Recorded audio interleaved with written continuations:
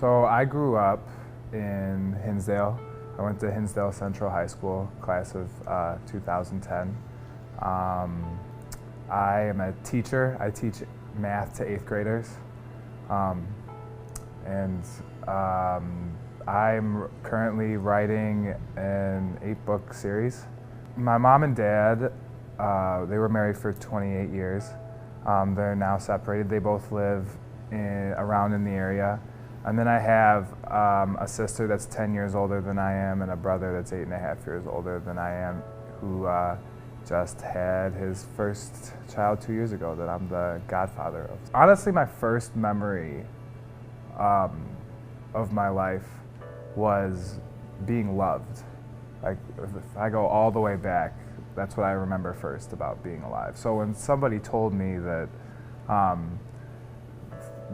this being had so much love that they wanted to create a universe out of that, it just kind of made sense to me.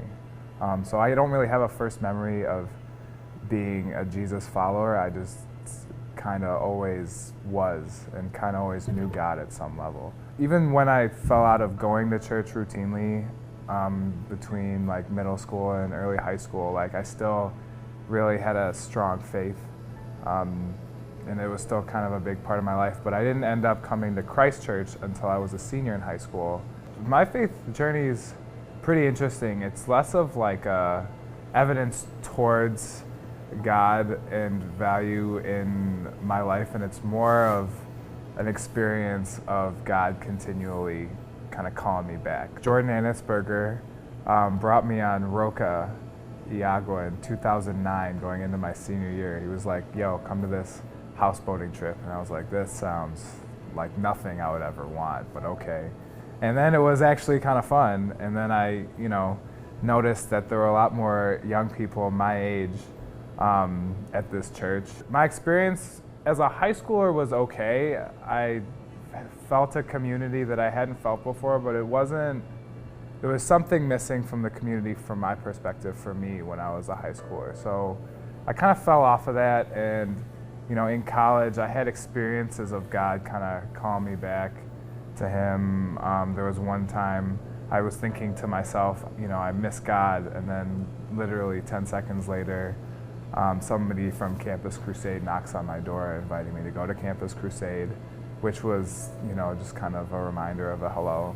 I didn't really find a place to get involved until I came back, and my friend Tim Stangaroni, who was the intern at the time, invited me to go on this trip where I would be a counselor for, middle schoolers. And, the current college kid at the time was, again, like, yo, my summers are short, why would I want to do something like that? But the future teacher in me was like, oh, this actually could be kind of fun and a good experience. But I never really thought that I would fall in love with it the way that I did and continue to come back. So my biggest hardship, you could say, was probably my parents' divorce. And it wasn't just the divorce itself, but it's more like the impact of broken love in a family, and specifically in my life. Like that, for sure, is, I think, my biggest blessing and also my biggest challenge was just experiencing that. I have the biggest heart in the world for broken love in families, broken love in relationships. That hardship has really expanded kind of my purpose on this world, and kind of just really driven me to concentrate on that. At the same time, while it's brought out my gifts and brought me closer to God, it has made the difficult idol of relationships in my own life. My biggest fear has been for the longest time, being alone. Whenever I structure my life to live into those needs that kind of come with that fear and what can become an idol, that's when I kind of move a little bit away from God.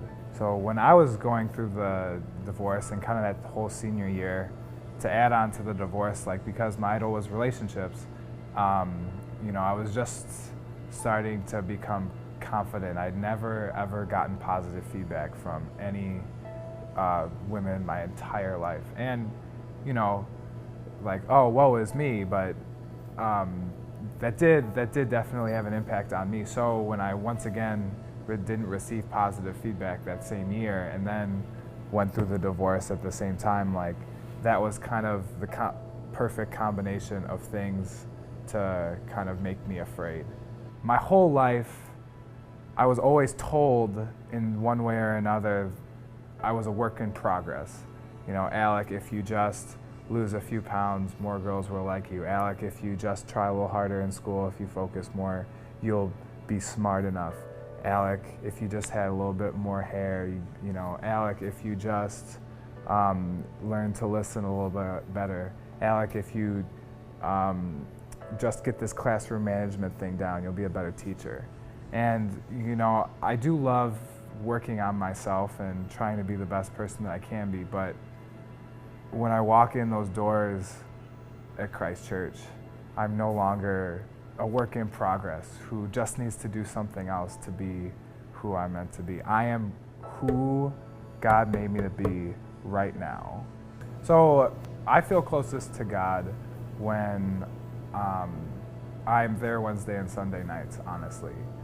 I've gone to church on and off Sunday mornings throughout my life, but when I'm in a community that is centered on God, that's when I feel God most closely. And then like when I have individual conversations with people, when I learn about their stories, I feel like I'm seeing a new piece of God. And really, especially when I see the way others love other people.